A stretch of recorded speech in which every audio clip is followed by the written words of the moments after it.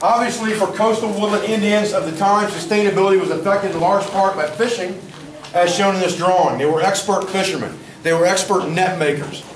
Nets were a huge part of that time period. And making of nets still today should be a huge part of your sustainability plan. That's why we have a lot of the classes that we have scheduled this week are going to revolve around the things that you're going to learn in this presentation.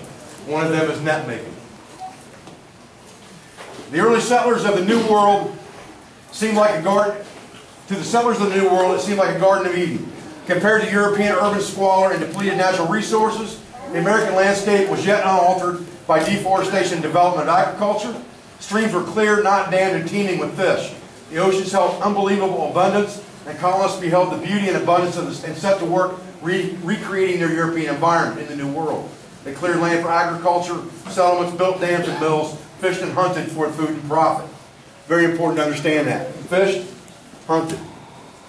Fished, hunted. Sustainability. Okay? And you can see this is a drawing of colonial peoples fishing. I believe that picture's from Massachusetts, if I remember right.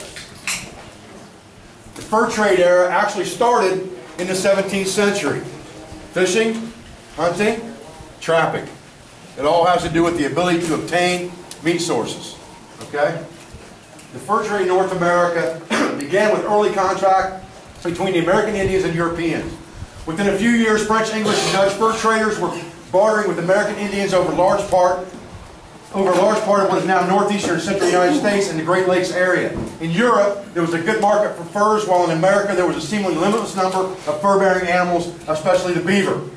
Europeans offered the American Indian a line of goods, which included, very important, iron axes, tomahawks, knives, eye-hose, awls, fish hooks, trade cloth in various colors, wool blankets, linen shirts, and brass. The Indians wanted metal. That's what they wanted. Look at how many of those items on that list are replacements for natural materials. They don't want to have to go out and get it. Why waste the calories and energy to go out and make my shirt when somebody's going to give me one? All I got to do is trade a fur for it. Why mess around with a stone axe when I can get a tomahawk that's hand forged by somebody? All I got to do is trade a fur for it. Those things offered them further sustainability. There's nothing to say, if you look back in history, and there's going to be, I'm sure there's people in this room that will disagree with what I'm about to say, but Neolithic man eventually, especially the Neanderthals, died out. Who's to say how long these people would have survived in time with only what they had they not gotten European contact to give them everything that they didn't have to make anymore? Who's to say? They may have survived forever, but they may have only lasted another 2,000 years and then died out. Who's to say?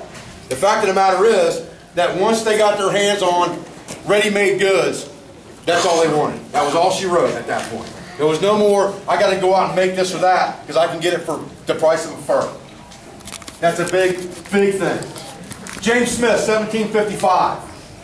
From his personal journal after capture and adoption by a tribe of, I'm not going to try to pronounce that word, Kahanawagas, Indian tribe, Smith was given several things. He was given a wool blanket, so he was given cover. He was given a skunk pouch of tobacco and sumac, traditional. He was given flint and steel. They didn't teach him how to make a bow drill. They gave him flint and steel. They didn't say, hey buddy, here's how you make a hand drill. They said, here's flint and steel. Take the easy route. They gave him some punk wood for charred material and a tomahawk. So they gave him a cutting tool. He was later given a trade gun. In his journal, he writes about an excursion where he went on a hunt with this tribe that he was adopted by. And he had his trade gun and he got lost from the tribe. He was with the hunting party and he got lost. He was scared because he wasn't used to being out by himself in the middle of nowhere. So he shot his gun off and said, hey, here I am, come find me. And they did. And they took his gun away from him for being stupid because he gave away the hunting party. So they took his gun away from him for 2 years and reduced him back to a bow and arrow. That's important to understand because what that tells you is that, yeah, they wanted those trade guns, But they might not have had 1 billion of them. They might only had enough for the best hunters and the best warriors, and everybody else got the bow and arrow. You hunt with this until you deserve this. So it's important to understand that they were still living sustainably somewhat with bows and arrows, even in that time period of 1755. Early American sustainability. Reverend Joseph Doddridge writes in his book from 1763 to 83, talking about wars along the frontier,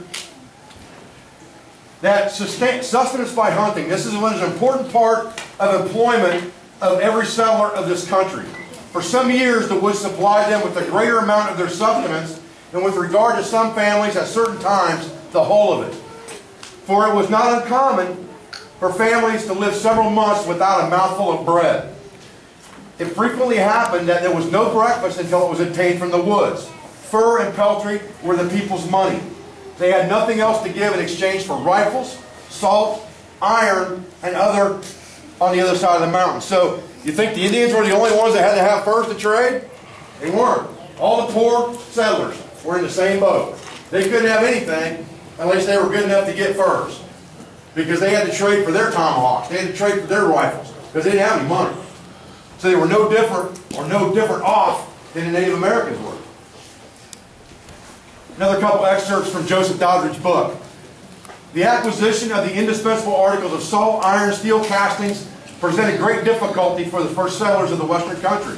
This is the West, guys. This was the original West. You're standing in it right now, the middle ground of Ohio.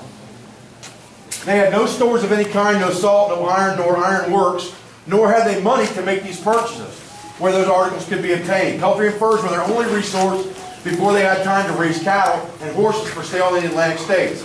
Every family collected what peltry and fur they could obtain throughout the year for the purpose of sending them over the mountains for barter. The common price of a bushel of salt in the early period was a good cow and a calf. A full-size cow and a calf for a bushel of salt. To do what? What are you going to do with that salt? Preserve your meat. So that's a pretty steep price to pay. What's a cow go for right now, Steve? Full-grown cow. Full-grown dairy cow is about $1,500. And a calf? A heifer calf about $2,100 for a bushel of salt. You think we got inflation problems now? Another excerpt from Joseph Doddridge's book.